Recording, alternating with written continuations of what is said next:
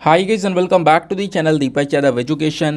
Welcome to the Daily Hindu News and Editorial Analysis of 10th of July 2023. तो guys आज है तारीख 10 जुलाई 2023 और है मंडे। देखेंगे आज के द हिंदू कंप्लीट न्यूज़पेपर को एनालाइज करेंगे। बट लेक्चर में आगे बढ़ने से पहले अगर आप लोगों को इस लेक्चर का PDF चाहिए तो क्या करना है, सबसे पहले डाउनलोड करना है टेलीग्राम, देन उसके बाद जाके सर्च बॉक्स में टाइप करना Deepak Yadav education UPSC। As you can see guys आप लोगों को ये वाला चैनल मिल जाएगा, इस पर क्लिक करना और जाकर इस चैनल को ज्वाइन कर लेना।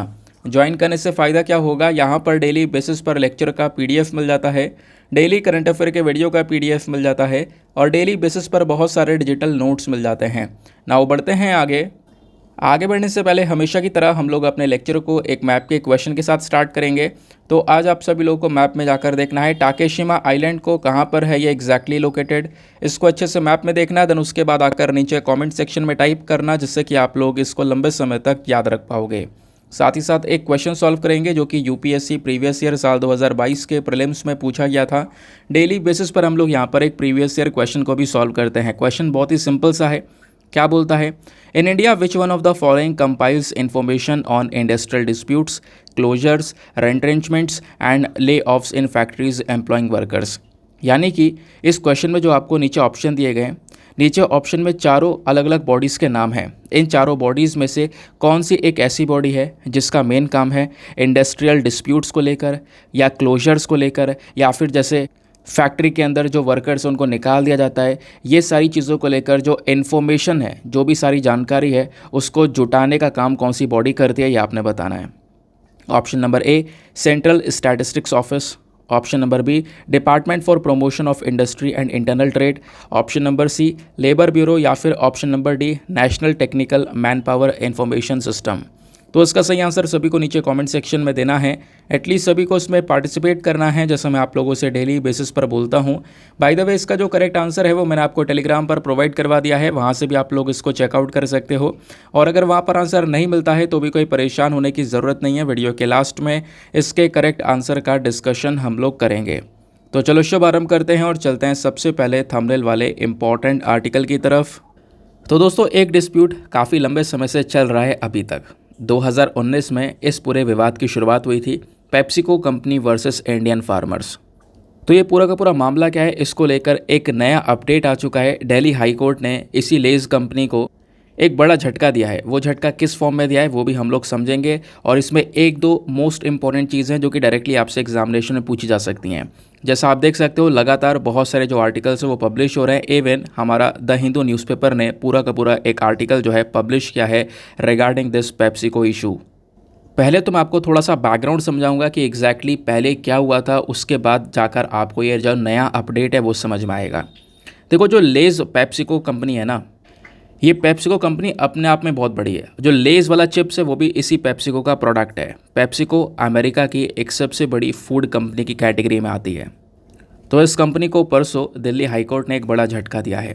दिल्ली हाईकोर्ट ने पेप्सिको कंपनी की जो एक अपील थी उस अपील को खारिज कर दिया।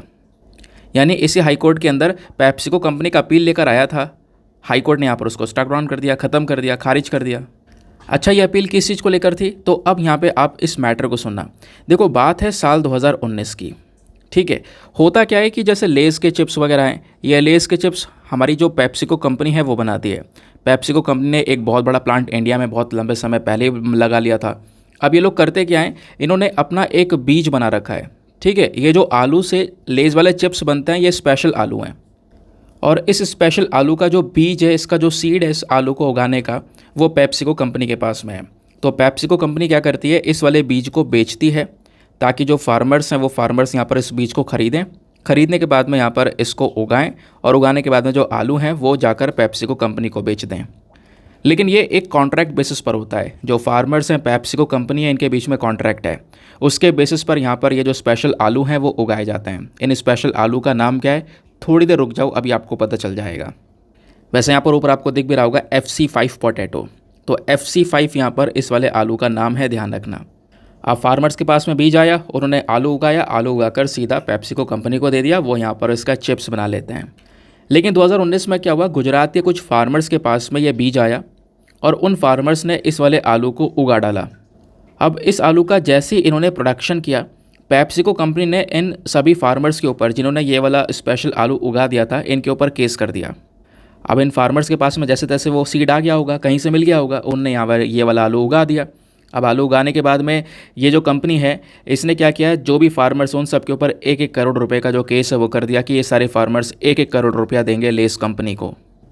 क्योंकि इस कंपनी का कहना यह है कि जो ये स्पेशल आलू है FC5 पोटैटो, इसको लेकर ये कंपनी ऑलरेडी पेटेंट ले चुकी है, इसको ऑलरेडी रजिस्टर्ड करवा चुकी है। ठीक है, पेटेंट मतलब अब आप ये कॉपी नहीं कर सकते हो इस कंपनी की इजाज़त के बिना। अगर उगाना भी है तो यहाँ पर इस कंपनी की परमिशन लेनी पड़ेगी पहले, बट ऐसा फार्मर्स ने कुछ नहीं किया, उन्होंने डायरेक्टली उगाया, जिसकी वजह से इस कंपनी ने बोला कि अब हम सीधा फार्मर्स के ऊपर केस करेंगे। फार्मर्स ने यहाँ पर डायरेक्टली हेल्प मांगी सरकार की, और सरकार ने बीच में आके फार्मर्स को सपोर्ट किया, और इस पर्टिकुलर केस में फार्मर्स की ही जीत हुई है।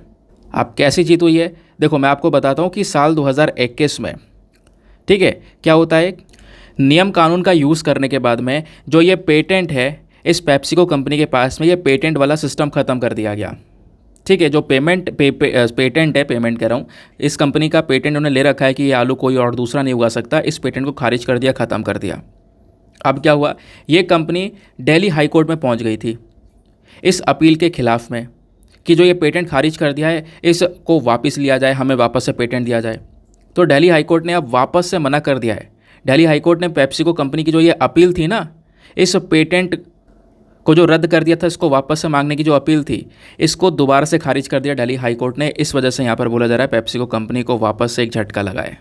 समझ गए? तो ये यहाँ पर आपको पूरा पिक्चर देखने को मिलेगा 2019 का, और ये मैंने आपको समझाया क्या क्या हुआ एग्जैक्टली पेप्सिको कंपनी और हमारे फार्मर्स के बीच में।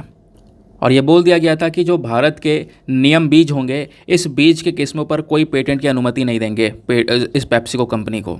तो पेप्सिको कंपनी पहुंच गई थी कोर्ट के अंदर में कि नहीं, हम तो पेटेंट लेके रहेंगे, बट दिल्ली हाई कोर्ट ने अब भी मना कर दिया, हम यहाँ पर आपके इस अपील को लेकर कुछ नहीं कर सकते, खारिज करते हैं।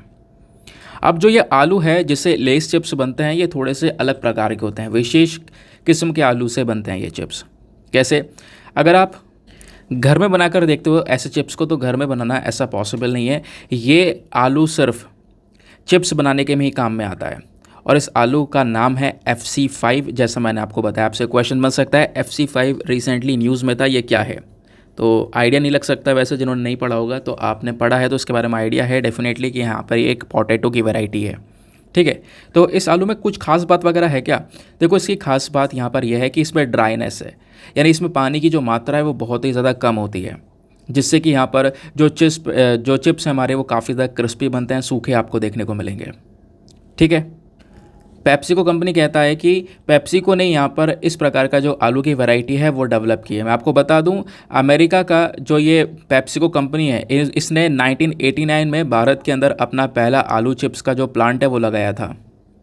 फिर उसके बाद ये जो बीज स्पेशल देते हैं, 2016 में इन्होंने अपना रजिस्ट्रेशन करवा लिया था इस बीज को लेकर कि कोई यहाँ पर इसको कॉपी नहीं करेगा।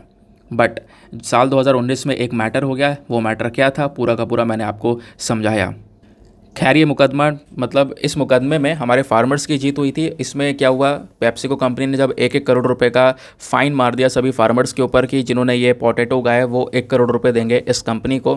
तो थोड़े टाइम बाद यहाँ पे जब फार्मर्स को सरकार का सपोर्ट मिला, तो सपोर्ट के बाद में कह सकते हो जो मैटर है काफ़ी थम गया। पेप्सिको कंपनी ने बोला कि ठीक है, चलो कोई बात नहीं, इन्होंने उगा लिया है तो अब ये हमारे साथ में कॉन्ट्रैक्ट कर सकते हैं, उस कॉन्ट्रैक्ट के बेसिस पर जो ये पोटैटोज़ ग्रो किए गए हैं वो हमें दे सकते हैं। ठीक है, तो इस प्रकार से मामला सुलझा लिया गया था, यानी कि पेप्सिको कंपनी ने अपना जो ये पूरा केस है इसको वापस ले लिया था। अब यहाँ पर एक और चीज़ इंपॉर्टेंट है दोस्तों, उसके ऊपर थोड़ा सा ध्यान से सुनना है। जैसा मैंने आपको बताया कि इस कंपनी का पास में जो पेटेंट था उसको ख़त्म कर दिया गया, रिवोक कर दिया गया। और वो कैसे किया गया, तो वो हमने अपने एक पर्टिकुलर एक अथॉरिटी हमारे पास में जिसका नाम है protection of plant varieties and farmers rights authority.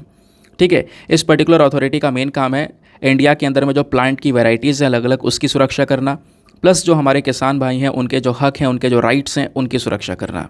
उसके लिए यहाँ पर इस बॉडी को बनाया गया था।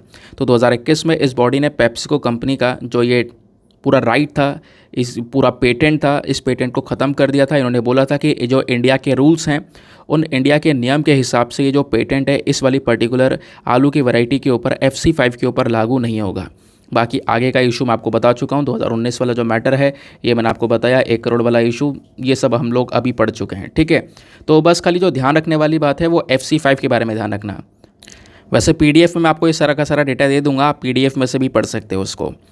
दूसरी चीज़ जो हमें याद रखनी है वो यही वाली अथॉरिटी, इसको लेकर हमारे पास में एक पर्टिकुलर एक्ट है, protection of plant varieties and farmers right act 2001, 2001 का ये पूरा कानून है जिसके तहत ये सारा का सारा काम हुआ है।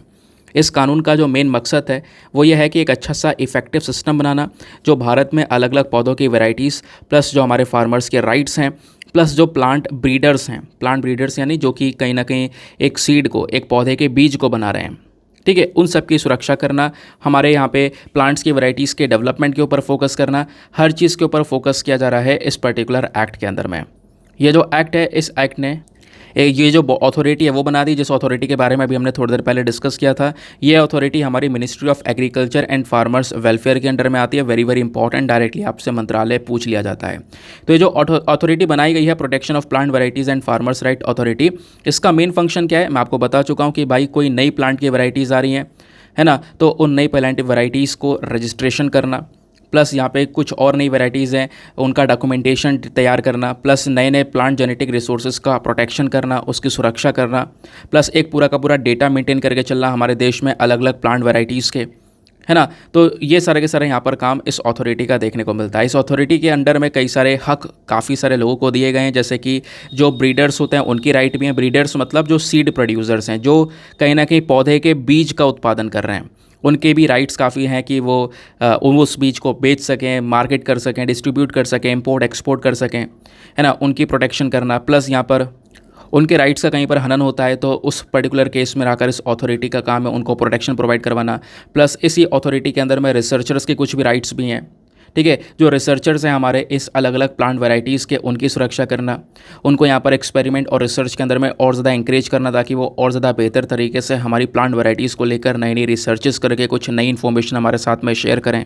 देन उसके बाद में फार्मर्स के राइट्स भी हैं, मैं आपको बता ही चुका हूँ, ठीक है, कि कोई फार्मर है जिन्होंने एक नई वैरायटी डेवलप की है, उन्होंने रजिस्ट्रेशन कर लिया है अपने प्लांट का, अपनी क्रॉप का, तो उसको अच्छी प्रोटेक्शन देना, ठीक है। तो फार्मर जो है कोई भी व्यक्ति सेव, यूज़ या फिर उगा सकता है, दोबारा उगा सकता है अपने फार्म प्रोड्यूस को, उस चीज़ का यहाँ पे ध्यान में रखना। तो ये सारे के सारे चीज़ें इस पर्टिकुलर एक्ट में देखने को मिल जाती हैं, ठीक है। तो पहला तो इस पोटैटो की वैरायटी ध्यान रखनी है। दूसरा यहाँ पर जो ये अथॉरिटी है, ये अथॉरिटी कौन से मंत्रालय के अंडर में आती है, वो मंत्रालय है ministry of agriculture and farmers welfare. मैं फिर से बता रहा हूँ, ध्यान रखना है।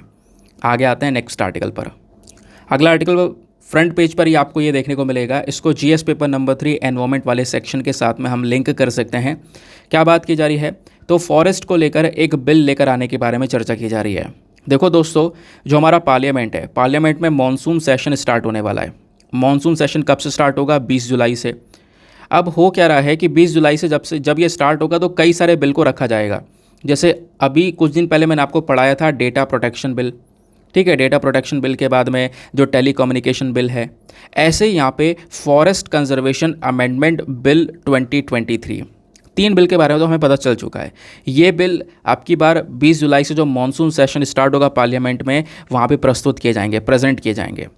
फिर ये बिल अगर पास हो जाते हैं, दोनों तरफ से अप्रूवल मिल जाता है, देन उसके बाद में जाकर इसको कानून बनाया जाएगा, एक्ट बनाया जाएगा, ठीक है। तो ये यहाँ पर हम बात कर रहे हैं फॉरेस्ट कंजर्वेशन वाले बिल की। तो इस फॉरेस्ट कंजर्वेशन बिल के अंदर में मेन फोकस किया गया है, देखो नाम से पता चल रहा है, जंगलों की प्रोटेक्शन करने के ऊपर। लेकिन जो पार्लियामेंट्री कमेटी तैयार की गई थी, क्योंकि ये जो बिल तैयार होता है पूरी एक कमेटी बैठती है, तब जाकर यहाँ पर इस बिल को तैयार करती है कि इस बिल में क्या क्या प्रोविजंस होंगे। तो पार्लियामेंट्री कमेटी ने यहाँ पर इस पूरे मैटर को देखा, और मैटर को देखने के बाद में जो हमारा पुराना वाला एक्ट था, क्योंकि आपको पता होगा ये एक अमेंडमेंट बिल है। अमेंडमेंट मतलब क्या होता है, संशोधन करना, कुछ बदलाव करना। तो बदलाव हमने किसी पुराने वाले कानून में किया होगा, सही बात है, तो पुराना जो था वो कानून होगा, एक्ट होगा, ठीक है। तो वो एक्ट कौन सा है, वो है फॉरेस्ट कंजर्वेशन एक्ट 1980, 1980 का ये कानून है, जिसके अंदर बदलाव किया गया है, अभी अमेंडमेंट करके बिल तैयार किया गया है। ये बिल हमारे पार्लियामेंट में जाएगा, वहाँ से अगर पास हो जाता है तो जाकर ये सीधा एक्ट बन जाएगा, कानून बन जाएगा। खैर, इतना समझ में आया। अब बात यहाँ पर ये की जा रही है कि जो ये नए अमेंडमेंट किए गए हैं इस वाले बिल के अंदर में, 1980 वाले बिल के अंदर में, इसमें कहीं ना कहीं कुछ ना कुछ ऑब्जेक्शंस उठाए जा रहे हैं अलग अलग ग्राउंड्स के ऊपर में। जैसे पहली चीज़, क्या ऑब्जेक्शन उठाए जा रहे हैं, प्रॉब्लम यह है कि सुप्रीम कोर्ट का भी एक जजमेंट है 1996 का, सुप्रीम कोर्ट का जो 1996 का जजमेंट है, जो एक केस हुआ था गोदवर्मन केस, उसमें सुप्रीम कोर्ट ने फॉरेस्ट की प्रोटेक्शन को बहुत ज़्यादा बढ़ा दिया था। भले ही यहाँ पर वो फॉरेस्ट कहीं ना कहीं एक फॉरेस्ट वाली कैटेगरी में आ रहे हो ना आ रहे हो, लेकिन उनको भी प्रोटेक्शन देने का काम किया था, प्रोटेक्शन को एक्सटेंड कर दिया था। तो उस चीज़ को लेकर एक ऑब्जेक्शन उठाया जा रहा है कि ऐसा कहीं ना कहीं सुप्रीम कोर्ट के जजमेंट के खिलाफ जा रहा है ये वाला बिल। दूसरा बोला जा रहा है कि सेंट्रल गवर्नमेंट का कोई भी प्रोटेक्शन ही नहीं है, जबकि जो 1980 का बिल है वहाँ पर सेंट्रल गवर्नमेंट के ऊपर एक मेन फोकस किया गया है। सेंट्रल गवर्नमेंट अच्छे से प्रोटेक्शन कर रही है हमारे फॉरेस्ट का, लेकिन यहाँ पर कोई भी सेंट्रल गवर्नमेंट का प्रोटेक्शन आपको किसी फॉरेस्ट के लिए नहीं देखने को मिलेगा। ठीक है, तो सेंट्रल गवर्नमेंट का रोल कहीं ना कहीं यहाँ पर कम किया जा रहा है। उसके अलावा बोला जा रहा है कि जो हमारे जोग्राफिकली सेंसिटिव एरियाज़ हैं, अब ये जोग्राफिकली सेंसिटिव एरियाज़ कौन से होते हैं? वो एरियाज़ जो कि इंटरनेशनल बाउंड्री के आसपास 100 किलोमीटर के अंदर दायरे में होते हैं। तो उस पर्टिकुलर रीजन में कोई भी फॉरेस्ट क्लियरेंस आपको नहीं चाहिए होगा, यानी कि आप वहाँ पे हाईवेज़, हाइडल प्रोजेक्ट्स, बाकी सारा जो प्रोजेक्ट है, कंस्ट्रक्शन प्रोजेक्ट है, वो सब कर सकते हो। उसके लिए आपको कोई भी क्लियरेंस नहीं चाहिए होगा। तो ये भी यहाँ पर एक ऑब्जेक्शन उठाया जा रहा है कि ये कुछ जो कदमें उठाए जा रहे हैं इस बिल के अंदर में, वो कहीं ना कहीं थोड़े से प्रॉब्लमेटिक हो सकते हैं। खैर, आगे जब ये बिल अभी 20 जुलाई को पार्लियामेंट में जाएगा, पास होता है तो ठीक है, तो इसके बारे में और डिटेल से इन्फॉर्मेशन निकल कर आएगी। अभी ज़्यादा डिटेल वाली इन्फॉर्मेशन प्रेजेंट नहीं है। जो भी डेटा निकल कर आएगा वो सब आपको यहाँ पे बता दिया जाएगा। ठीक है, इतनी बात आपको समझ में आई। अब उसके अलावा थोड़ा सा आपको क्या करना है, पुराने वाले एक्ट को पढ़ लेना है कि जो फॉरेस्ट कंजर्वेशन एक्ट 1980 वाला, जिसके अंदर अभी बदलाव किए जा रहे हैं, वो एक्ट आखिरकार क्या है। देखो, ये जो एक्ट है इसमें बोला गया है कि कोई भी अगर फॉरेस्ट वाला एरियाज़ हैं, कोई भी जंगल का एरिया, क्योंकि हम लोग ऑब्वियसली जंगल के प्रोटेक्शन की बात कर रहे हैं और जंगल की प्रोटेक्शन काफ़ी ज़्यादा ज़रूरी है, तो जो फॉरेस्ट एरियाज़ हमारे हैं वहाँ पर सेंट्रल परमिशन की ज़रूरत पड़ेगी। दूसरा, यहाँ पे जो भी अगर आप काम कर रहे हो वहाँ पर सेंट्रल गवर्नमेंट से आपने एक परमिशन लेनी होगी, और अगर सेंट्रल गवर्नमेंट की परमिशन नहीं ली जाती है, नहीं लिए बिना काम किया जाता है, तो कहीं ना कहीं वो एक क्रिमिनल ऑफेंस होगा, ये बात की गई थी।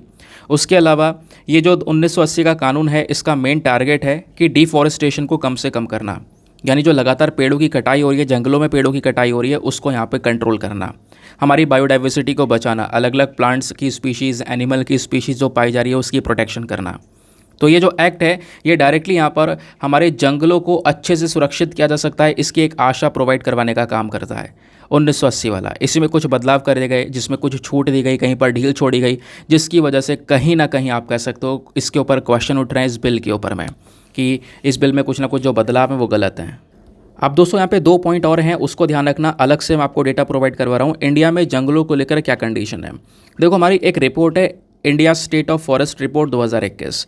इस रिपोर्ट के अकॉर्डिंग अगर हम बात करें तो भारत के अंदर में जो टोटल जंगल का एरिया है, जहाँ पर ट्री कवरेज आपको देखने को मिलेगा, पेड़ पौधे देखने को मिलेंगे, वो लगभग 7,13,789 स्क्वायर किलोमीटर्स का रीजन देखने को मिलेगा। यानी हमारे देश का 21.71% जो हिस्सा है, जो जोग्राफिकल एरिया है, वहाँ पर आपको फॉरेस्ट और ट्री कवर देखने को मिलेगा। ठीक है, और ये जो पेड़ों का और ये जो जंगल का एरिया है ये थोड़ा सा बड़ा है 2019 के कंपैरिजन में, क्योंकि 2019 में ये परसेंटेज 21.67 था, जो कि 2021 में बढ़कर 21.7% हो गया। अब हमारे देश में कौन कौन से स्टेट्स, कौन कौन से राज्य ऐसे हैं जहाँ पर सबसे ज़्यादा जंगल देखने को मिलेंगे, सबसे ज़्यादा फॉरेस्ट एरियाज़ देखने को मिलेंगे। तो सबसे पहले मध्य प्रदेश टॉप पर देखने को मिलेगा, then Arunachal Pradesh, then Chhattisgarh, then Odisha, then Maharashtra. यहाँ पर अच्छे खासा आपको फॉरेस्ट कवरेज देखने को मिल जाता है। अब थोड़ा सा बात करते हैं कॉन्स्टिट्यूशनल प्रोविजंस के बारे में। संविधान हमारा जंगलों को लेकर क्या बात करता है। संविधान में भी यहाँ पर फॉरेस्ट के प्रोटेक्शन को लेकर कई जगह पर बात की गई है, जैसे 42nd अमेंडमेंट एक्ट जो लाया गया था, ठीक है, जो 42वां संशोधन किया गया था 1976 के अंदर में, वहाँ पर एक मेन फोकस किया गया था कि जो जंगलों का प्रोटेक्शन है, वाइल्ड एनिमल्स और बर्ड्स का प्रोटेक्शन है, ये प्रोटेक्शन पहले राज्य सरकारों के हाथ में हुआ करता था, स्टेट के हाथ में। लेकिन इस 42वें अमेंडमेंट के माध्यम से ये पावर स्टेट वाली लिस्ट से शिफ्ट कर दी गई कंकरेंट लिस्ट में। अब आपको पता ही है हमारे संविधान में 7वें शेड्यूल में state list, concurrent list, union list है। स्टेट लिस्ट का मतलब है जो जो इस स्टेट लिस्ट के अंदर में मैटर्स होंगे वहाँ पे हमारी राज्य सरकार कानून बनाएगी, उसको लेकर सारी पावर्स राज्य सरकार के पास में है। सेंट्रल लिस्ट के अंदर में क्या है, जो जो सेंट्रल लिस्ट में यानी केंद्र सरकार की जो यूनियन लिस्ट है बेसिकली, उस यूनियन लिस्ट में क्या क्या चीज़ें होती हैं, उस लिस्ट में जो जो मैटर्स होंगे वहाँ पर हमारी यूनियन यानी कि जो केंद्र सरकार है वो वहाँ पे कानून बना सकती है, उनके पास में पावर्स हैं। कंकरेंट लिस्ट में यहाँ पे स्टेट गवर्नमेंट और साथ ही साथ में यूनियन गवर्नमेंट दोनों आपस में मिलकर वर्क करते हैं, दोनों मिलकर यहाँ पर कोई लॉज वगैरह बनाने का काम करते हैं। तो क्या हुआ, सीधा यहाँ पे फॉरेस्ट प्रोटेक्शन का जो मैटर है ये स्टेट से ट्रांसफ़र कर दिया गया कंकरेंट लिस्ट के अंदर में। तो अब कंकरेंट लिस्ट, एजुकेशन, ये सारी चीज़ें हमारी जो है फॉरेस्ट प्रोटेक्शन और ये एजुकेशन, ये सब कंकरेंट लिस्ट में है। यानी स्टेट गवर्नमेंट और हमारी सेंट्रल गवर्नमेंट दोनों मिलकर यहाँ पे लॉज को बनाती है। तो इसको प्रोटेक्शन को इस तरीके से बढ़ाया गया। दूसरा यहाँ पे आप देख पाओगे संविधान की जब बात करें तो आर्टिकल 48A। अब 48 क्या है हमारा, वो DPSP है, directive principles of state policy. तो आर्टिकल 48A जो है ये बात करता है कि देखो जो हमारी सरकारें हैं उनको हमारा जो एनवायरनमेंट है उसको इम्प्रूव करना चाहिए, उसको प्रोटेक्शन प्रोवाइड करवानी चाहिए। जो हमारे देश में वाइल्ड लाइफ प्रेजेंट है, हमारे देश के जो जंगल प्रेजेंट है उसकी प्रोटेक्शन करनी चाहिए, उसकी सुरक्षा करनी चाहिए। ये बात आर्टिकल 48A के अंदर बोली गई है, डायरेक्टली संविधान के अंदर बोली गई है। हालांकि DPSP इन्फोर्सेबल नहीं है, बस खाली आपको ये जरिया दे रहा है कि आपको ये करना चाहिए। समझ गए।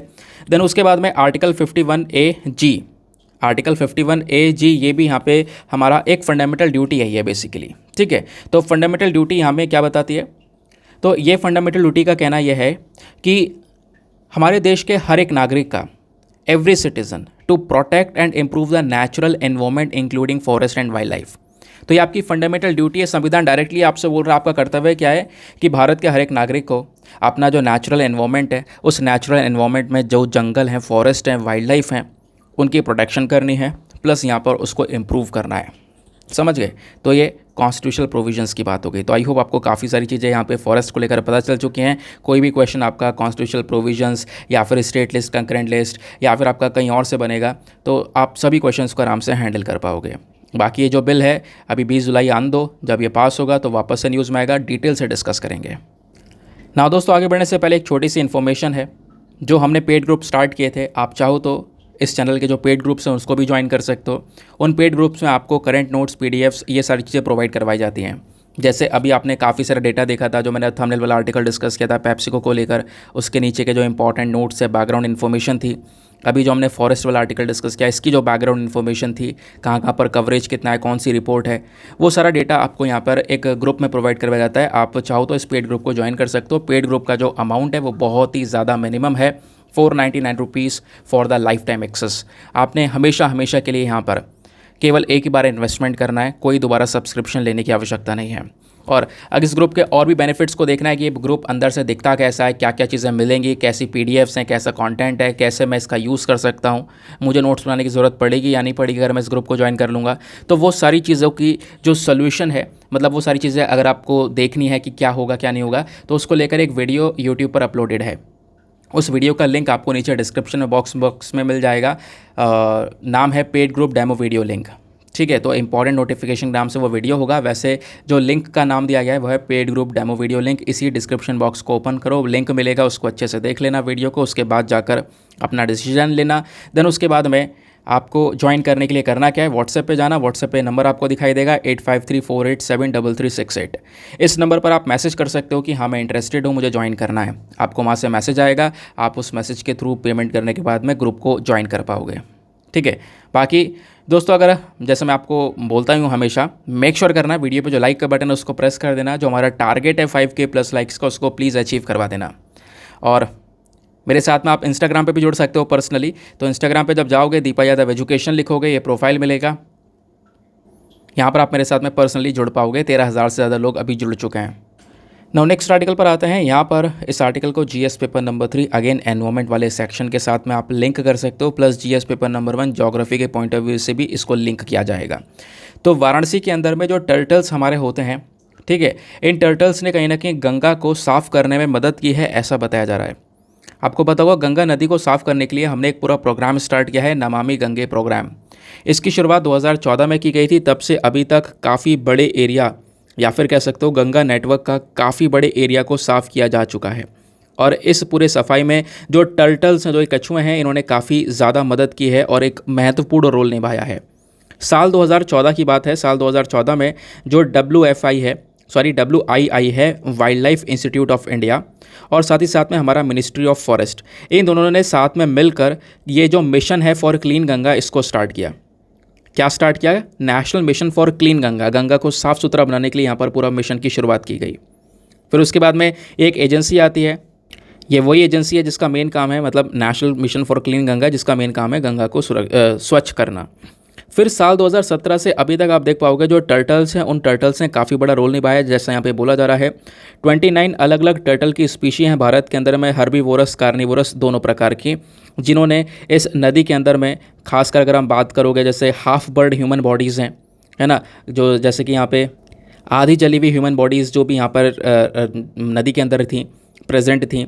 उसके अलावा फ्लावर्स जो हैं बहुत सारे, ठीक है, जो कि सड़ चुके थे वो नदी में थे, प्रेजेंट थे, वो सब खाने का काम किया है इन टर्टल्स ने। साल 2017 से अभी तक आप देख पाओगे लगभग 5000 के आसपास जो टर्टल्स हैं वो नदी में रिलीज़ किए गए हैं। और इस साल भी यहाँ पे बोला जा रहा है कि 1000 के आसपास जो टर्टल्स हैं वो रिलीज़ किए जाएंगे, ताकि हम इस national mission for clean Ganga programme को और ज़्यादा मजबूत कर सकें, क्योंकि यहाँ पर टर्टल्स का काफ़ी बड़ा रोल है। टर्टल्स को बहुत लंबे समय से यूज़ करते हुए नज़र आ रहे हैं। जो गंगा एक्शन प्लान था उन्होंने पहले भी लगभग 1980s में भी इन टर्टल्स का इसी प्रकार से यूज़ किया था, पानी में छोड़कर उन टर्टल्स ने जो कचरा है वो साफ़ करने का काम किया। तो टर्टल्स इस प्रकार से यहाँ पर हेल्प करते हुए नज़र आते हैं। तो बोला जा रहा है ओवरऑल क्वालिटी जो है रिवर गंगा की वो काफ़ी ज़्यादा इम्प्रूव हुई है पहले के कंपैरिजन में। अब हम क्या डिस्कस करेंगे, इस आर्टिकल से थोड़ा सा लिंक होता हुआ जो नमामि गंगे प्रोग्राम है ये डिस्कस करेंगे, इंपॉर्टेंट है। नमामि गंगे प्रोग्राम एक इंटीग्रेटेड कंजर्वेशन मिशन है। इसमें कई सारी बॉडीज़ साथ में मिलकर काम कर रही हैं गंगा को स्वच्छ करने के लिए।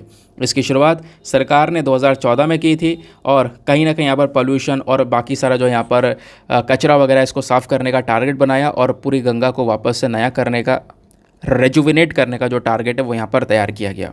ये जो पूरा प्रोग्राम है इसको कौन इम्प्लीमेंट कर रहा है, इस प्रोग्राम को इम्प्लीमेंट करने के लिए बॉडी है national mission for clean Ganga, ठीक है। तो national mission for clean Ganga एक इम्प्लीमेंटेशन विंग है, एक ऐसी बॉडी जिसका मेन काम है यहाँ पर ये पूरा का पूरा जो प्रोग्राम है इसको लागू करना। इसमें 20,000 करोड़ रुपए यहाँ पे लगाए गए, सेंट्रली फंडेड पूरा का पूरा प्रोग्राम आपको देखने को मिलेगा। इस प्रोग्राम के काफ़ी सारे पिलर्स हैं, जैसे कि सीवेज ट्रीटमेंट इंफ्रास्ट्रक्चर बनाना जो कि गंदे पानी को साफ़ करेगा, रिवर फ्रंट डेवलपमेंट करना, रिवर सरफेस क्लीनिंग करना, है ना, पानी को साफ़ सुथरा बनाना, बायोडाइवर्सिटी के ऊपर ध्यान रखना, पेड़ पौधे लगाना, पब्लिक अवेयरनेस फैलाना, ये सारे के सारे यहाँ पे टारगेट्स आपको देखने को मिल जाएंगे, मेन पिलर्स देखने को मिल जाएंगे इस पर्टिकुलर प्रोग्राम के अंदर में। तो जो ये इम्प्लीमेंटेशन विंग है जिसका नाम है national mission for clean Ganga, ठीक है, ये आज के समय पर सारी चीज़ों को लागू करने का काम कर रही है। और कहीं ना कहीं हमारे पास में एक अथॉरिटी है national Ganga basin river authority. तो ये जो national Ganga river basin authority है ना, इसको लागू करने का काम क्या है, एनएमसीजी ने। तो एनएमसीजी और एनजीबीआर ये जो दोनों बॉडीज़ है दोनों गंगा की प्रोटेक्शन को लेकर काम कर रही हैं। दोनों बॉडीज़ कहीं ना कहीं हमारी मिनिस्ट्री ऑफ वाटर रिसोर्स के अंडर में आ रही हैं, ये आपने ध्यान में रखना है। मेन पिलर्स मैं आपके साथ में डिस्कस कर ही चुका हूँ, बाकी यहाँ पे आपने ध्यान में रखना है और चीज़ों के बारे में। यहाँ पे एक और बॉडी न्यूज़ में आई थी जिसका हम बात कर रहे थे, wildlife institute of India. तो wildlife institute of India क्या है, प्रीलिम्स के लिए इंपॉर्टेंट है, बस खाली 3 लाइनें ध्यान में रखनी है।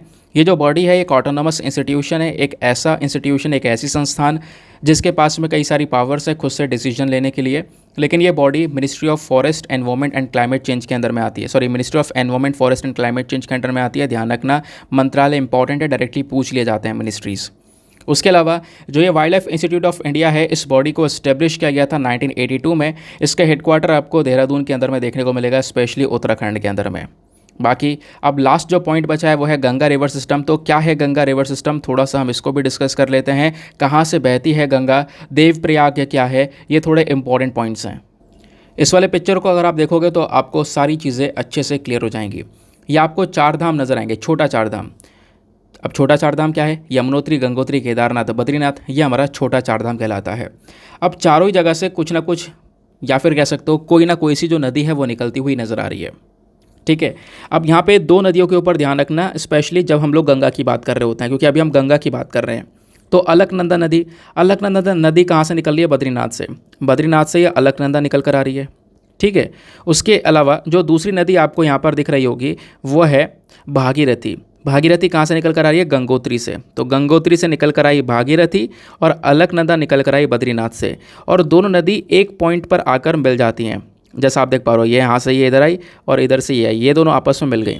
और जहाँ पे 2 नदियाँ मिलती हैं वो एक प्रयाग बनाती हैं, और इस प्रयाग को नाम दिया गया देवप्रयाग, ठीक है। इस नाम को दिया गया देवप्रयाग। और दोनों नदी आगे यहाँ पर मिल गई, और मिलने के बाद में जो यहाँ से तीसरी नदी निकलती है बनकर, वो गंगा कहलाती है। गंगा कहीं से ओरिजिन नहीं हुई है, बट गंगा कहाँ से निकल कर आती है वो यहाँ पर आपने समझा। भागीरथी और अलकनंदा दोनों मिलकर बनाते हैं देवप्रयाग, जहाँ से गंगा नदी निकलती है। ऐसे आपको कई सारे और भी प्रयाग देखने को मिलेंगे, जैसे बद्रीनाथ में अगर आप देखोगे तो बद्रीनाथ के पास में से ही धौली गंगा निकलती है और बद्रीनाथ से अलकनंदा दोनों आपस में मिलती हैं, वे ये विष्णु प्रयाग बनाती हैं। ठीक है, फिर ऐसी अलकनंदा आगे बढ़ती चली जाती है। फिर उसके बाद यहाँ पर एक जगह से और मतलब पहाड़ों में से नंदाकिनी निकल कर आती है, फिर वो आकर अलकनंदा में मिलती है, नंद प्रयाग बनाती है। फिर एक पिंदर गंगा निकल कर आती है, वो अगेन अलकनंदा में मिलती है, तो यहाँ पर वो कर्ण प्रयाग बनाती है। ठीक है, ऊपर से यहाँ पर आप देख पाओगे केदारनाथ से मंदाकिनी निकल कर आती है, यह अलकनंदा में मिलती है, तो यहाँ पे रुद्र प्रयाग बनाती है। और जब भागीरथी निकल कर आती है और इधर भागीरथी और अलकनंदा जब मिलते हैं तब जाकर यहाँ पर देव प्रयाग बनता है। उसके बाद से जाकर यहाँ पे गंगा नदी बन जाती है, ये गंगा कहलाती है। ठीक है, तो ये था यहाँ पे सारी चीज़ें, मतलब इस आर्टिकल में काफ़ी सारी चीज़ें थी जो प्रीलिम्स के लिए इंपॉर्टेंट हो सकती हैं, वो सब हमने डिस्कस किया, प्लस न्यूज़ भी समझ लिया। इसी प्रकार से आपने हर एक आर्टिकल का जो बैकग्राउंड डेटा है वो कवर करते हुए चलना है ना। दोस्तों आते हैं एडिटोरियल डिस्कशन पे। तो आज के 2 इंपॉर्टेंट एडिटोरियल्स आपको देखने को मिलेंगे हमारे द हिंदू न्यूज़पेपर के अंदर में।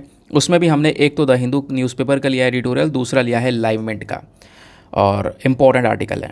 सबसे पहले यहाँ पर ये जो एडिटोरियल आपको दिख रहा है, रितिका खेरा जी ने इस आर्टिकल को लिखा है, जो कि अभी IIT दिल्ली के अंदर में इकोनॉमिक्स की प्रोफेसर हैं। इन्होंने बात किया कि कर्नाटका में अभी आपको पता है कांग्रेस की सरकार आई। कांग्रेस की सरकार ने 5 बड़े बड़े वादे किए, जिसके बेसिस पर कांग्रेस की सरकार कर्नाटका में बन जाती है। काफ़ी कुछ फ्री देने की बात यहाँ पे की है कांग्रेस की सरकार ने।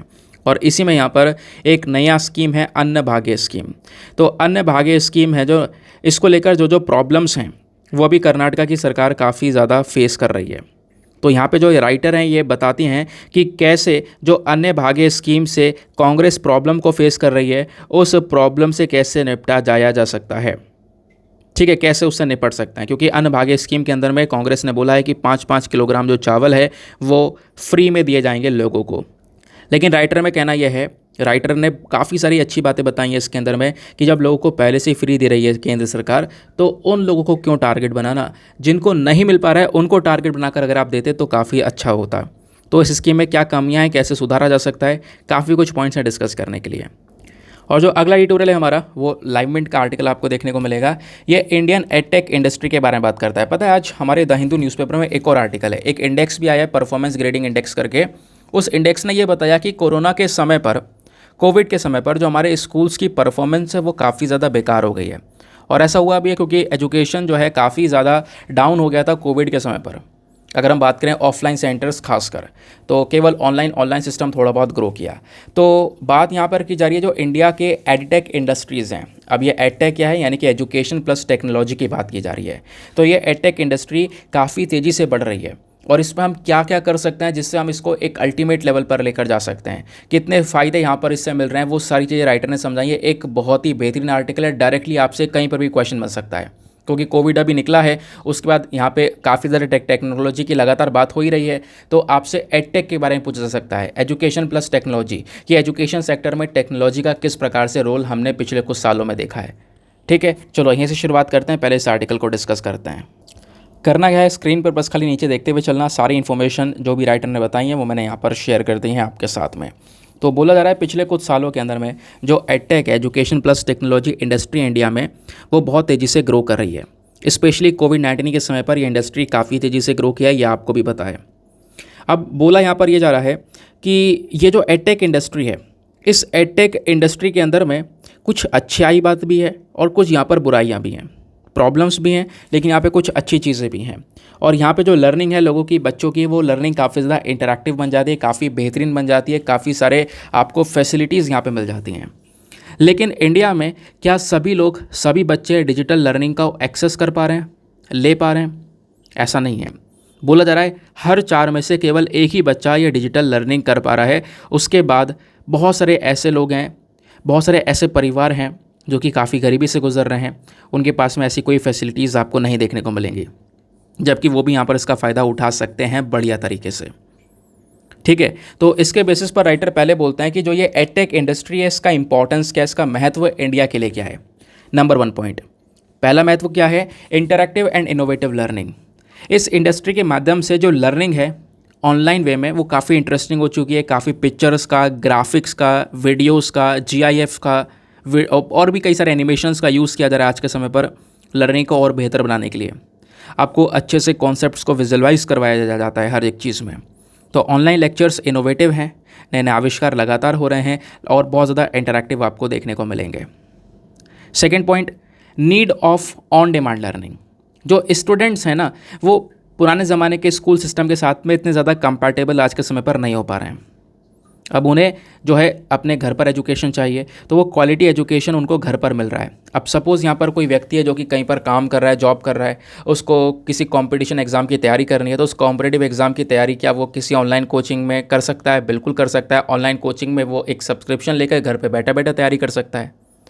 थोड़ी सी ज़्यादा मेहनत करनी होगी, लेकिन ऑफलाइन में वो पॉसिबल नहीं हो पाएगा, क्योंकि काम करके जाना, फिर उसके बाद में वहाँ पे अपने सेंटर पर जाना, वहाँ पे जाकर पढ़ना, फिर आना, तो वो अगेन उसके लिए हैक्टिक हो जाएगा। जबकि वो घर में किसी भी कंडीशन में कैसे भी तैयारी कर सकता है। ठीक है, तो ये जो प्रोसेस है ये थोड़ा सा सरल हो चुका है आज के समय पर। फिर यहाँ पर एजुकेटर्स की अवेलेबिलिटी, देखो पहले के समय पर क्या हुआ करता था, ऑफलाइन सेंटर पर एक लिमिट होती है, एक क्लास होती है जहाँ पर आपने कोई बैच में 100 बच्चे बैठा लिया, 200 बच्चे बैठा लिया। आजकल तो यहाँ पे बड़े बड़े बैचेस लग रहे हैं दिल्ली के अंदर में, मैंने देखे हैं ऑफलाइन बैचेस के अंदर में 250-250, 300 बच्चे बैठ रहे हैं। खैर इतने बच्चे बैठा लिए और साथ साथ में एक प्रोफेसर यहाँ पर उतने बच्चों को हैंडल कर रहा है। अब पीछे वाले जो बच्चे हैं उनके लिए बस खाली स्क्रीन लगा दी गई है, वो स्क्रीन पर देखकर चीज़ों को समझते हुए चल जाएँ।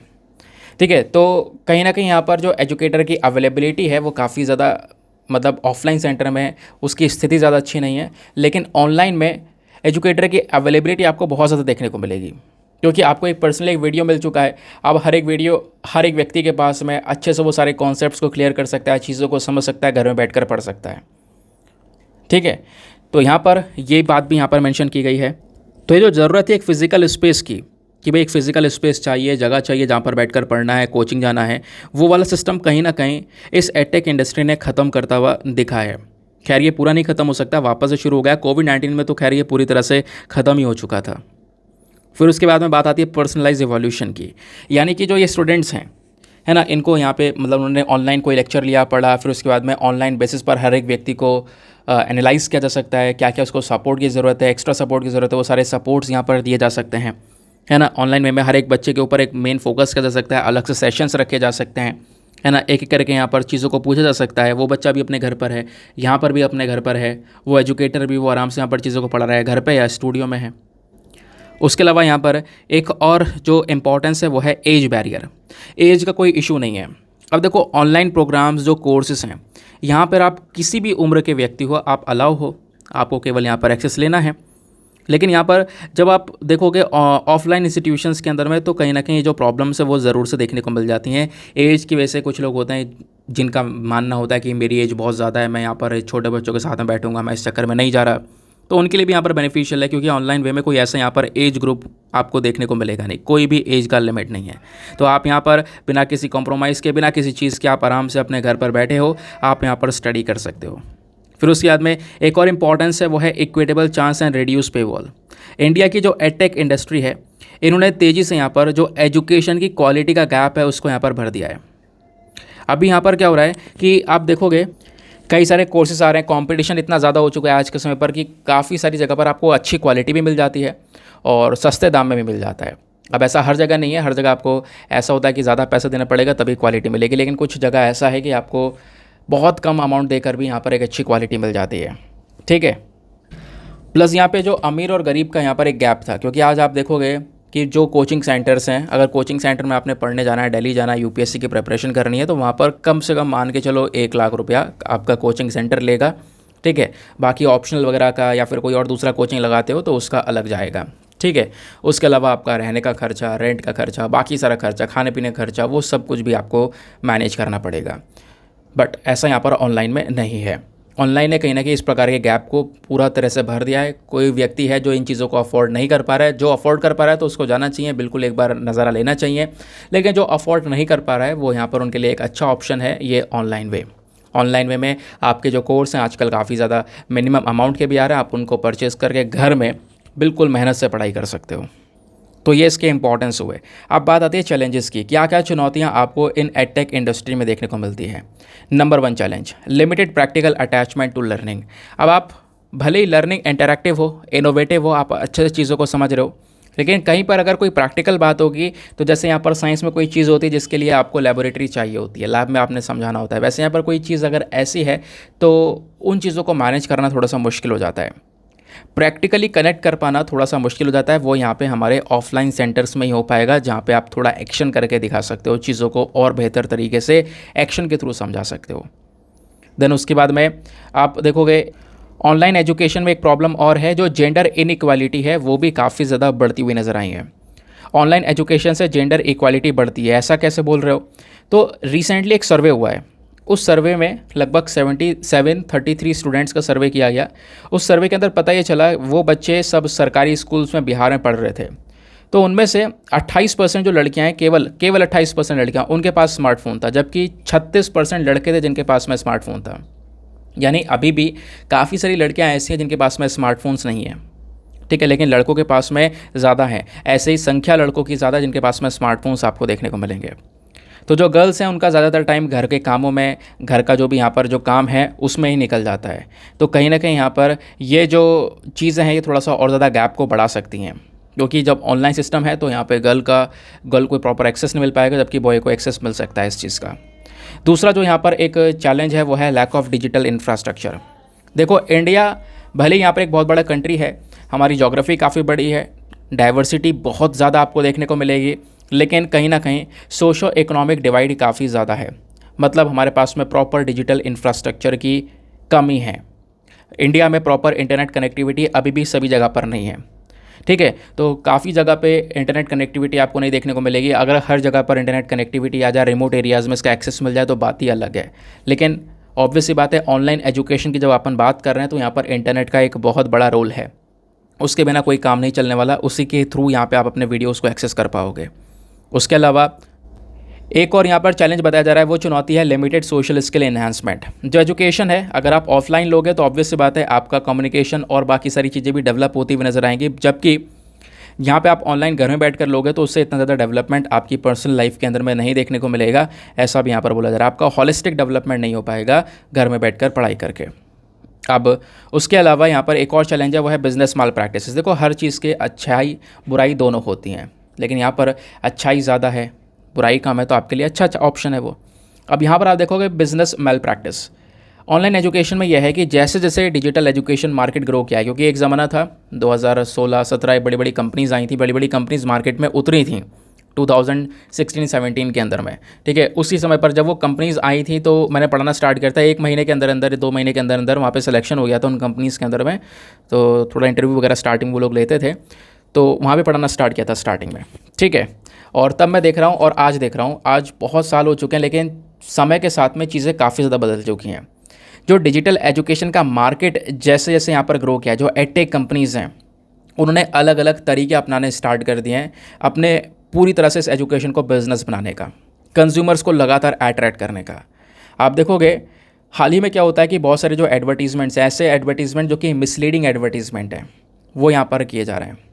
फिर उसके बाद कहीं ना कहीं काफ़ी सारी जगह पर बच्चों के ऊपर फोर्स डाला जा रहा है कि यहाँ पर इसको परचेज़ कर लो, ये परचेज उनके पेरेंट्स के ऊपर फोर्स डाला जा रहा है, ठीक है। तो और अलग अलग एडवर्टीजमेंट कि आपको ये मिलेगा, हमारा ऑनलाइन कोर्सेज़ के अंदर ये मिलेगा, वो मिलेगा, ये टीचर है, वो टीचर है। उसके बाद में आप सीधा जब कोर्स में एंटर कर दो तो पता चला कुछ नहीं है, केवल 2-4 टीचर हैं जो कि आपको पढ़ा रहे हैं, या फिर आपसे बोला गया था कि आपको लाइव क्लासेस मिलेंगी, आप पहुँचे वहाँ पे तो आपको सारी के सारे रिकॉर्डेड क्लासेस मिल रही हैं, सब रिकॉर्डेड। यहाँ पे आप अपने जो डाउट वगैरह है वो नहीं पूछ पा रहे हो, ठीक है। आपसे बोला गया था ये सब्जेक्ट इंक्लूडेड है, बट वहाँ पे पहुँचे तो कोई सब्जेक्ट इंक्लूड नहीं है, और आपने पेमेंट तो कर दिया, पेमेंट करने के बाद ही आपकी एंट्री हुई है। अब आपकी सुनवाई करने वाला कोई है नहीं वहाँ पर, कोई यहाँ पर कंप्लेंट मैकेनिज्म भी नहीं है, तो क्या हुआ, सीधा पैसा गया। तो वो चीज़ें यहाँ पर कहीं ना कहीं नज़र आती हैं। तो ये भी कहीं ना कहीं एक चैलेंज है एडटेक इंडस्ट्री के अंदर में, यह यहाँ पर राइटर ने मेंशन किया है। अब इनका कहना यह है कि हम लोग सुधार कर सकते हैं। हाल ही में कहीं कहीं जगह पर इंडिया में कई सारे स्टेट के अंदर में एडटेक प्रोग्राम्स जो हैं वो स्टार्ट करें, जैसे असम का ऑनलाइन करियर गाइडेंस पोर्टल। ये कहीं ना कहीं यहाँ पर जो school to work higher education transition for students को इम्प्रूव करने का काम करता है। झारखंड का डिजी सेट, उसके अलावा हिमाचल प्रदेश का हर घर पाठशाला, मध्य प्रदेश का डिजी लैब, उसके अलावा केरला का यहाँ पर आपको देखने को मिलेगा अक्षरा वर्कशम इनिशिएटिव। इसका मेन मकसद है डिजिटल एजुकेशन के ऊपर। तो डिजिटल एजुकेशन को बढ़ावा देने के लिए स्टेट की कई सारी जो गवर्नमेंट है वो भी आज के समय पर लगातार काम कर रही है। जैसे मध्य प्रदेश का जो ये इनिशिएटिव था, इस इनिशिएटिव के तहत यहाँ पर इन्होंने व्हाट्सएप ग्रुप्स वगैरह बनवाए हैं। उन व्हाट्सएप ग्रुप्स के अंदर में यहाँ पर काफ़ी सारा जो कंटेंट है वो डिजिटल कंटेंट सेंड किया जा रहा है। ठीक है। तो बहुत सारी चीज़ें आपको दिख रही हैं, बट समय के साथ में चीज़ें काफ़ी तेज़ी से बढ़ती हुई चली जाएंगी। नाउ अब आता है यहाँ पे आज का मेंस का क्वेश्चन। तो इसी आर्टिकल के बेस्ड ऊपर यहाँ पर आपको आज का मेंस का क्वेश्चन देखने को मिलेगा। मेंस का क्वेश्चन आज मैं हिंदी में लाना भूल गया हूँ, लेकिन इंग्लिश में ही सही आप अच्छे से समझ जाओगे, आराम से अटैम्प्ट कर पाओगे। क्वेश्चन क्या है? Despite the fact that online education opens many possibilities for both students and teachers. यानी कि देखो, ये तो फैक्ट है खैर कि जो ऑनलाइन एजुकेशन है इससे कई सारी जो पॉसिबिलिटीज़ हैं वो हमारे स्टूडेंट्स के लिए, टीचर्स के लिए ओपन हो जाती हैं। कई सारे अवसर दोनों लोगों के लिए ओपन हो जाती हैं, खुल जाती हैं। लेकिन इस फैक्ट के बावजूद भी ये भी माना जा रहा है कि इसी ऑनलाइन एजुकेशन के माध्यम से इंडिया में जो असमानताएं हैं, इनइक्वालिटीज़ हैं, वो और ज़्यादा बढ़ सकती हैं, और ज़्यादा वाइडन हो सकती हैं। क्या विचार हैं आपके इसके ऊपर, वो आपने समझाना है। तो 250 शब्दों में आंसर लिखना है सभी लोगों को। तो हिंदी में आज ला नहीं पाया हूँ क्वेश्चन, उसके लिए माफ़ी चाहूँगा प्लीज़, लेकिन यहाँ पर मैंने समझा दिया है, आप आराम से अटैम्प्ट कर सकते हो। नाउ 250 शब्दों में आंसर लिखने के बाद में कहाँ पे सबमिट करना है? टेलीग्राम पर जाना, वहाँ पे जाके सर्च बॉक्स में लिखना Deepak Yadav education mains group. Full form लिखोगे, आपको मेरा टेलीग्राम चैनल मिलेगा जहाँ पर 70,000 से ज़्यादा लोग जुड़े हुए हैं। आप भी जुड़कर अपने आंसर्स को लिखकर वहाँ पे सबमिट कर सकते हो। जब आप अपने आंसर को लिखकर सबमिट करोगे तो साथ ही साथ में एक छोटा सा काम और करना है। एटलीस्ट सभी लोगों को 2-2 आंसर्स रिव्यू करने हैं। जब आप सभी लोग 2-2 आंसर्स को रिव्यू करोगे तो बहुत सारे फ़ायदे मिलेंगे, आपको भी, सामने वाले को भी। आपको कुछ इंपॉर्टेंट पॉइंट्स मिलेंगे जो आप अपने नोट्स में इंक्लूड कर सकते हो। सामने वाले के आंसर में अगर कोई मिस्टेक होती है तो आप उनको बता सकते हो कि यहाँ पर इंप्रूवमेंट की आवश्यकता है। ठीक है, नेक्स्ट एडिटोरियल पर आते हैं। तो चलो समझते हैं यहाँ पर जो हमारी राइटर हैं वो क्या बोल रही हैं इस आर्टिकल में। तो इनका कहना यह है कि जो अन्य भाग्य स्कीम है, अन्न भाग्य स्कीम, ये भाग्य स्कीम कहीं ना कहीं कांग्रेस पार्टी के जो 5 प्रॉमिस किए गए थे इलेक्शन से पहले, उन 5 प्रॉमिस का एक बहुत बड़ा प्रॉमिस है। ठीक है, जो अभी असेंबली, कर्नाटका असेंबली के इलेक्शंस हुए थे 2023 में, उसी की बात कर रहे हैं। तो कर्नाटका के अंदर में कांग्रेस ने एक प्लेज ली, एक शपथ ली कि हम क्या करेंगे, इस अन्न भाग्य स्कीम के अंदर में 5 किलोग्राम फ्री चावल, 5 किलोग्राम फ्री में जो चावल है वो हर एक व्यक्ति को दिया जाएगा जो कि बिलो पॉवर्टी लाइन के अंदर में आ रहा है। लेकिन कांग्रेस पार्टी का जो विज़न है, ये विज़न इन्होंने इतना लंबा ना देखा। ठीक है, विज़न इनका थोड़ा सा कमज़ोर रहा, डिसअपॉइंटिंग रहा, क्योंकि इन्होंने सही से उसके ऊपर एनालिसिस नहीं किया कि एग्जैक्टली इसको हम इम्प्लीमेंट कर पाएंगे या नहीं कर पाएंगे, क्या कोई इशू हो सकता है या नहीं हो सकता है।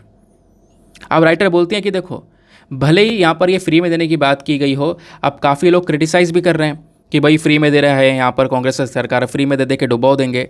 लेकिन काफ़ी सारे एक्सपर्ट्स का मानना ये भी है कि हमने मार्च 2020 को तो देखा था। मार्च 2020 या फिर उससे पहले का सिस्टम आप देखोगे, कोविड-19 जब अपने पीक पर था, तो कोविड के समय पर यही एक जो पीडीएस सिस्टम है, पब्लिक डिस्ट्रीब्यूशन सिस्टम, इसने हमारी मदद की थी। ठीक है, तो खतरनाक जो क्रिटिक्स हैं उनका भी यही कहना है कि हाँ बिल्कुल, जो हमारा कोविड के समय पर सबसे बड़ी जो मदद की है लॉकडाउन्स में, वो यहाँ पर इस पीडीएस सिस्टम ने की है। गरीबों के घर में, भूखों, जो भी यहाँ पर भुखमरी से जूझ रहे थे, उन सब के घर में यहाँ पर खाना पहुँचाया।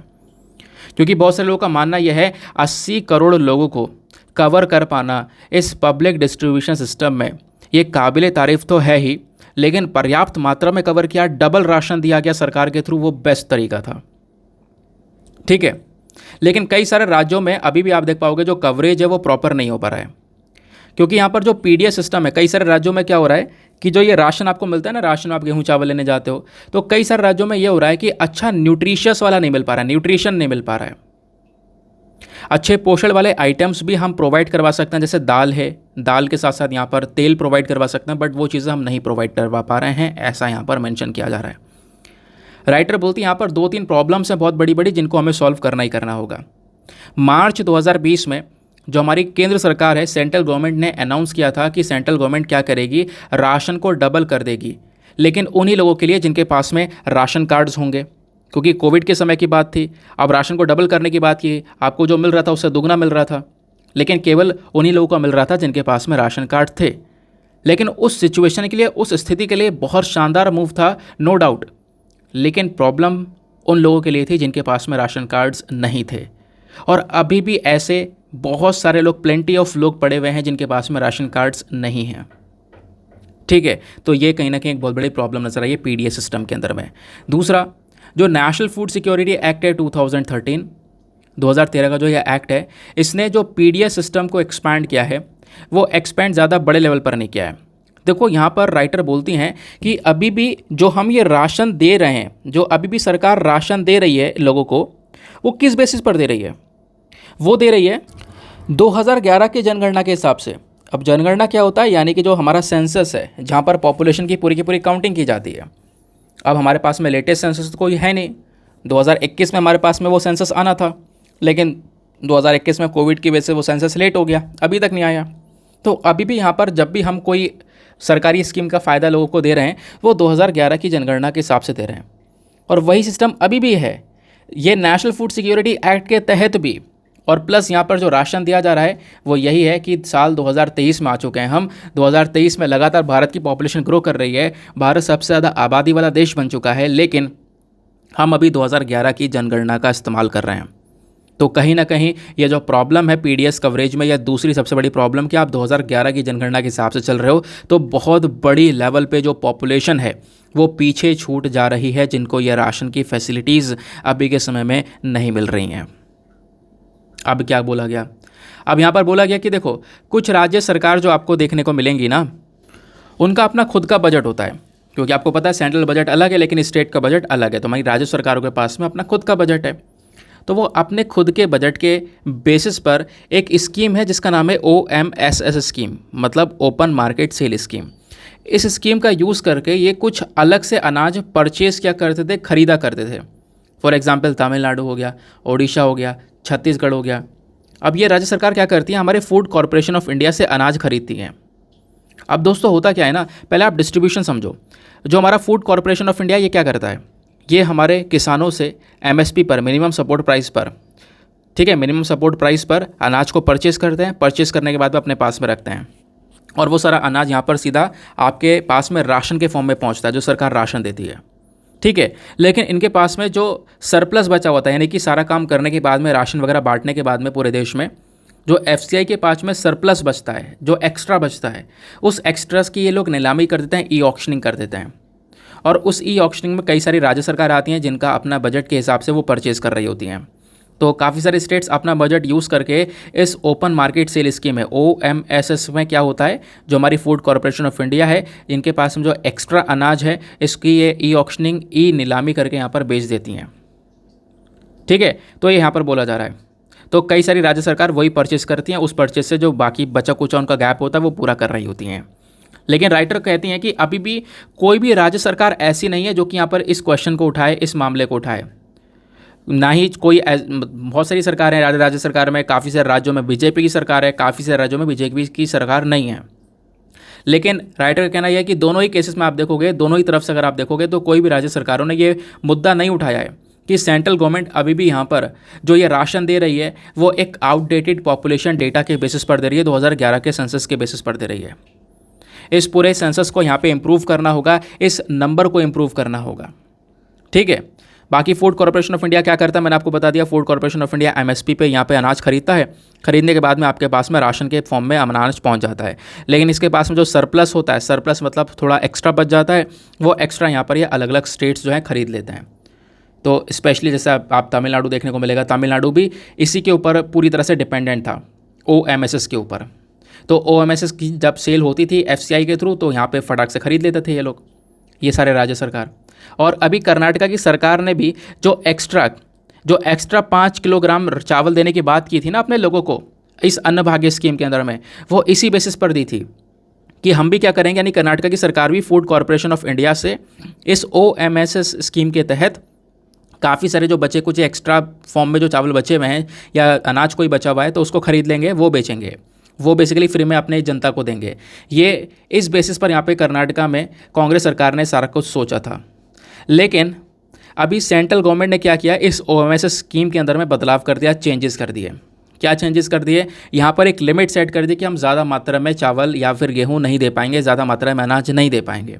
उसी वजह से यहाँ पर ये पूरी की पूरी जो घड़ी है अन्न भाग्य स्कीम की, वो अभी के समय पर अटक चुकी है, ठीक है, कांग्रेस सरकार की अटक चुकी है। क्योंकि यहाँ पर अब वो जो इन्होंने डिसाइड किया था कि हम वहाँ से लेंगे, सरकार से जो एक्स्ट्रा बचता है उनके पास वहाँ से परचेस करेंगे, फिर उसके बाद में उसको देंगे, लोगों को फ्री में बांट देंगे।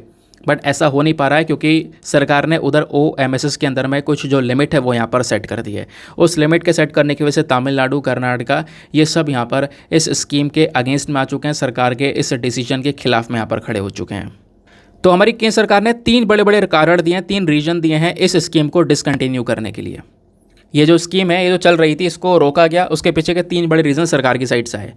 पहला रीज़न कि जो ये OMSS है, इसका मेन मकसद केवल जो प्राइस स्टेबलाइजेशन है उसको करना, कि भाई मार्केट में अगर यहाँ पर कहीं पर कमी हो रही है, ठीक है, कहीं गेहूँ चावल की या फिर कहीं अनाज की कमी हो रही है, तो एक्स्ट्रा सरप्लस का यूज़ करके वहाँ पे बराबर कर सकते हैं ताकि प्राइस मेंटेन रहे। क्योंकि अगर कमी हो जाएगी, डिमांड बराबर रहेगी तो प्राइस बढ़ जाएगा, तो प्राइस स्थिर नहीं रह पाएगा। तो प्राइस को स्टेबलाइज करने के लिए जो स्कीम है ये यूज़ की जाती है। दूसरा यहाँ पे राइटर ने ये बोला, मतलब सरकार दूसरा जो रीज़न देती है कि हम क्यों यहाँ पर इस स्कीम को आगे नहीं चला सकते, वो यहाँ पर यह है कि हमें थोड़ा सा बफर स्टॉक भी बना के रखना होगा। हमारे देश के लिए भी एक कंफर्टेबल लेवल पर स्टॉक होना चाहिए। भाई आगे ना देखो, आगे ना हो सकता है कभी भी कोई भी प्रॉब्लम आ जाए, अब भगवान न करे जैसे कोविड जैसा जो सिनेरियो तो वापस कभी आए, लेकिन ऐसा कुछ हो जाए तो उस समय पर जो हमारा बफर स्टॉक है वही काम करेगा। वो स्टॉक भी यहाँ पर एक कंफर्टेबल लेवल पर मैनेज करके हमें रखना होगा, तो वो स्टॉक भी हमें बनाकर रखना है, बफर स्टॉक मेंटेन करके रखना है। तो थोड़ा बहुत अनाज हमारे पास में भी होना चाहिए। दूसरा पॉइंट सरकार ने बोला, इसकी वजह से हम OMSS स्कीम को डिसकंटिन्यू कर रहे हैं।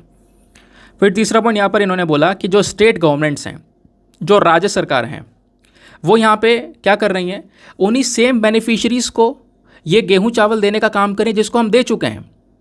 और ये सही बात है, ये राइटर भी बोलती हैं कि हाँ, ये कुछ स्टेट गवर्नमेंट की जो बात है ये सही नहीं है। हुआ क्या है कि कर्नाटका में भी इन्होंने ये डिसाइड किया, कांग्रेस की सरकार ने डिसाइड किया कि कुछ लोगों को 5 किलोग्राम फ्री में चावल दिया जाएगा, लेकिन उन लोगों को पहले ही जो PDS सिस्टम है, पब्लिक डिस्ट्रीब्यूशन सिस्टम, जो कि हमारी केंद्र सरकार चला रही है, पहले ही उन सब लोगों को नेशनल फूड सिक्योरिटी एक्ट के तहत राशन मिल रहा है। उन सबको वो राशन मिल रहा है पहले ही, लेकिन यहाँ पर ये राज्य सरकार अपनी साइड से और एक्स्ट्रा 5 किलो फ्री में देने का काम कर रही हैं। तो सरकार ने बोला कि ये आप उन लोगों को ही सेम बेनिफिशरीज़ को दोबारा से आप प्रोवाइड करवा रहे हो, इस वजह से भी हम यहाँ पर इस स्कीम से आपको ये नहीं दे पाएंगे। सेंट्रल गवर्नमेंट का कहना यह है कि इससे अच्छा क्या है कि हमें अभी बहुत सारे लोग ऐसे हैं, कई मिलियन, कई 100 मिलियन ऐसे लोग हैं जो कि अभी PDS सिस्टम में कवर नहीं होते हैं, हमें उन लोगों को कवर करना है, ठीक है, उन लोगों को यहाँ पर अनाज देना है। तो ये चीज़ थोड़ी बढ़िया होगी ना, जब जिसको बेनिफिट मिल रहा है उसको आप दोबारा से बेनिफिट दे रहे हो, एक्स्ट्रा आप एक्स्ट्रा 5 किलो उसको चावल प्रोवाइड करवा रहे हो। उससे अच्छा यह है कि अभी जो लोग PDS सिस्टम में आते ही नहीं है, जिनको कुछ नहीं मिल रहा है, उनको बराबर का दिया जाए, उनको भी मिलता रहे इसमें, ठीक है। तो वो चीज़ यहाँ पर रखी गई। तो सेंट्रल गवर्नमेंट के 2-3 रीजन है जिसकी वजह से यहाँ पर इन्होंने इस स्कीम को डिसकंटिन्यू कर दिया। अब क्या हुआ, डिसकंटिन्यू करने के बाद में जो बवाल है काफ़ी ज़्यादा मचा हुआ है, ठीक है। लेकिन अब राइटर यहाँ पर क्या रखती हैं, राइटर रखती हैं कुछ ऑप्शंस। राइटर का कहना है कि मैं कुछ ऑप्शन बता रही हूँ, इनके कुछ ऑप्शंस हैं कि कर्नाटका सरकार क्या कर सकती है इस समय पर, क्योंकि अब यहाँ पे अगर केंद्र सरकार की साइड से सरप्लस वाला जो ये अनाज है वो इनको नहीं मिलता है, तो अन्य भागी स्कीम को कैसे आगे जो है ग्रो किया जा सकता है, उसके बारे में ये बात करती हैं। चलो, तो राइटर यहाँ पे ये बोलती हैं कि जो इन्होंने यहाँ पर प्रॉमिस किया था, कहीं ना कहीं वो प्रॉमिस पूरा नहीं होता हुआ नजर आएगा। लेकिन इसमें 5 किलोग्राम राइस आप उन्हीं सेम लोगों को दे रहे हो, ये बात सही है। सेंट्रल गवर्नमेंट ने भी सही बात यहाँ पर उठाई है, इनका कहना है।